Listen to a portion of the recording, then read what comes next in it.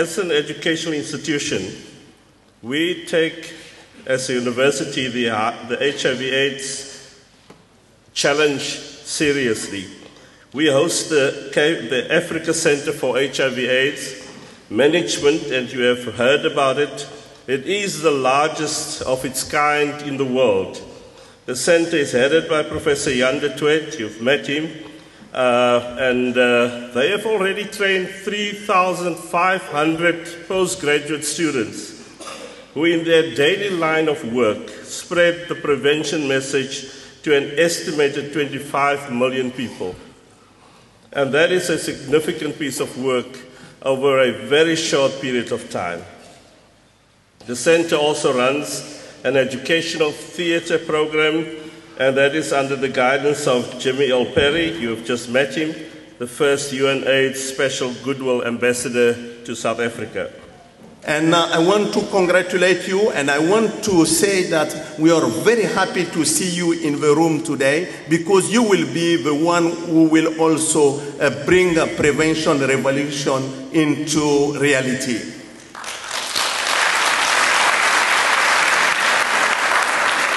Today our topic is certainly very important, because we are with eminent people coming from all over the world. You heard of President Mohai with us, but also we have all the commissioners who are trying to help us to rethink what could be the prevention revolution, how to take from the concept and make it a reality. And we will start this activism with you today, talking about social media and technology, mobile technology. And I personally believe that if we want to make this revolution reality, we need to be able to tap on the 333 million users in Africa today of mobile technology. Without making sure that they are part of this revolution, making sure that they can be able to use the messages and transform the response in terms of growing protection, I think we will not be able to reach those young people who are so important for us. Let us not forget also that we have almost 70 million internet users today in Africa. All those are a new opportunity, and I want just to say that today is just a beginning of new activism which will help us to use this modern way to communicate, to reach more and more people with a prevention message. So the way people are engaging is changing, and I think for us what we need to realize is that with this revolution of social media, it does have a big role to play when it comes to HIV prevention, when it comes to social change. I heard a very interesting stat recently that says that in Africa, apparently, you know, that Facebook users are doubling every 7 months in Africa. Now, I mean, that is phenomenal. If you can just imagine that at a rapid pace, people are utilizing these various kinds of social networks to engage with one another. But yet, the question lies, what are we doing as organizations, as people that are wanting to spread the message of HIV, about people becoming a bit more responsible, prevention?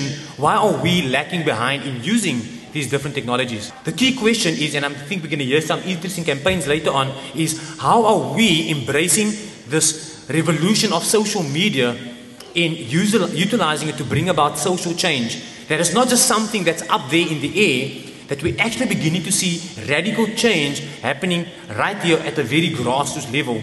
Because I do believe that using the excuse of access is not relevant anymore, because people are using these technologies on a daily basis. So what are we going to do about using social media to bring about the social revolution? So what if you're going to start your own page in a social network, which is absolutely easy and anyone can do?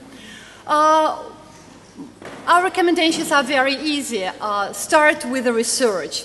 You know, just even with this very small research through your friend's page, and find the way to present the AIDS topic.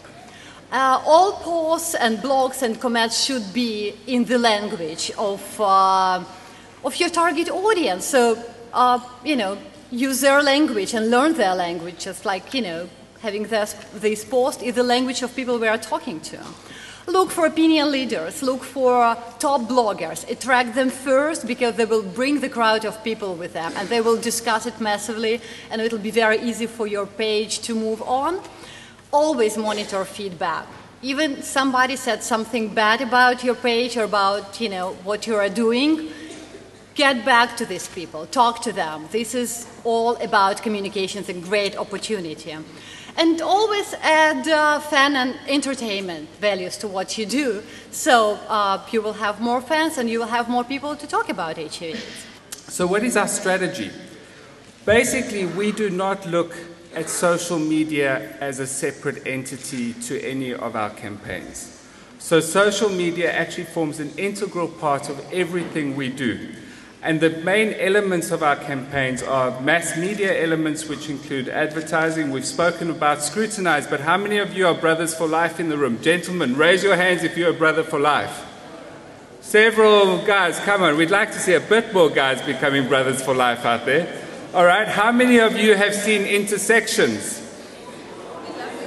Okay, lots of people have seen Intersections, okay. All right, so we use those communication tools, we use the mass media as a way of really leveraging awareness in South Africa. And then we support the mass media with websites, SMS technology, Facebook and email listservs. What many people do not see about our work is the work that goes on in communities. So every single scrutinized activity in community will be accompanied by drama, entertainment, music, poetry and art. Every Brothers for Life activity is provided by a discussion with men around issues around men's health. And every activity around intersections is a very interactive session within communities. We also do door-to-door activities and we do community dialogues. Communication is absolutely essential to the work that we do in order to keep all these little bits coordinated, to make sure that our staff are talking to each other, to make sure that we're talking to all our different stakeholders. We have to be on top of communication. And so in our adoption of a social media strategy, we've adopted two key principles. The first one is that we've adopted a very broad definition of social media. You've heard a lot of people talking about Facebook and Twitter, but social media encompasses a lot more than that, and I particularly advocate for a social media approach that is very broad. Definitions of social media will usually include three elements: user-generated content, interaction between people, and technology. And people will often talk about the technology angle being either internet or mobile. And I would very much like to argue that we need to take a broader approach.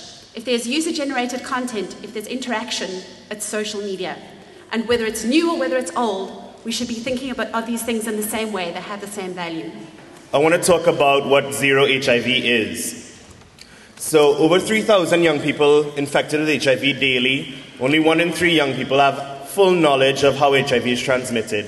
And all young people living with HIV in need of treatment don't have access. Young people living with HIV and key affected populations face stigma and discrimination every day, and young people are not involved in creating policy and programs to correct this. That was some of the indicators that came out of the summit in Mali, which was held 2 weeks ago. And from that, a call to action was developed to try to influence what is the high-level meeting, which is occurring in June, to help set policy for HIV/AIDS. There's a quote that I like very much that says, if you think that one person can't make a difference, try spending a night in a room with one mosquito and how that can make a difference to you. So we need to become those mosquitoes about HIV and start talking about it and creating a buzz. It's the fact that 90%, and I mean this, 90% of all youth and adults in this country have got a cell phone. If we can use SMS, if we can use USSD, other technologies with weird names, to be able to link people together in the mobilization against HIV, then that is how we can transform the country. Our desire from a mobile perspective is really to try and understand the end user. It's not necessarily to understand the HIV positive or the negative consumer, but to understand the mobile user. We need to look globally. We look globally, we act locally, as they say. And we already have more than 150 peer-reviewed scientific and published articles addressing HIV prevention using mobile technology, which is significant, we believe. We also have more than 40,000 resources covering topics related to HIV and AIDS and mobile health. We have 258 authoritative websites, but we have 0 scientific studies documenting the efficacy of mobile health interventions operating at a national scale, which we believe is something that we can address as the GSMA. Some of the key characteristics of this: we encourage engagement. We want people to comment on what we're writing about, and we want to hear what you have to say. And we always take what you have to say into account, and we adapt the platform every few months with your feedback. First, I want to thank the panelists for doing a great job, both panelists. And I think we can just give the panelists another round of applause. And thank you. And basically, I've just summarized 7 points that we just need to consider when we think about social media and mobile, specifically when it comes to HIV prevention. I think first of all, a number of people mentioned in the panel, and also some of the discussions, has been we need to understand our target audience, the target users, right? That is one of the things that is vital. You can't just do something separated from the participants or the context. So you need to understand the context, you need to understand your target audience. Secondly, you need to make sure that it is local and relevant. Right? With that comes strategy, of course. Some people are using the word saying that you need to make it sexy. You know, we understand there's a whole stigma around it, but if something is not local and relevant, why do you expect someone to engage with something? A third point is we cannot just look at mobile technology and social media as independent strategies. You need to ensure that you have a broad approach using different kinds of mass media, different kinds of communication plans, where these things should all be part of. With that, it means that if you need to also involve a number of organizations which is part of your social media, be it community radio stations, which is part of your social media. When people are having little chats in a community wall, that is part of your social media. So you need to ensure that you have a broad approach to when you engage with people. Ensuring that you're using what we call cross-platform. You can't just use one platform and think that will change people forever. You also need to, a fourth point quickly is you need to add value when it comes to preventative efforts. Be it, for example, providing people incentives, like we heard an example earlier, bringing in some form of entertainment, other things beyond just, okay, we're just going to go and talk about HIV or sex. There needs to be some other kind of value add for people to engage with these kinds of conversations, especially when people are using these platforms on a daily basis. Something for us to consider. A fifth thing is, and I think this is very important, is we need to be disruptive or radical. In the sense we can't go just do status quo. Disruptive meaning that we need to do things that is maybe different and try new things. We also need to ensure that these things are scalable. If you're just going to be able to do a pilot, because the one thing, and maybe it's just me in my experience, we love pilots in South Africa. Everything is pilots. We struggle to move beyond pilot stage, and I think it's time we go beyond the pilot stage. And I think that is something that we need to look at, something that's scalable as well as sustainable. Sixthly is that on the sixth basis is we need to be able to mobilize people beyond just a platform. These conversations can't just stay on these platforms forever.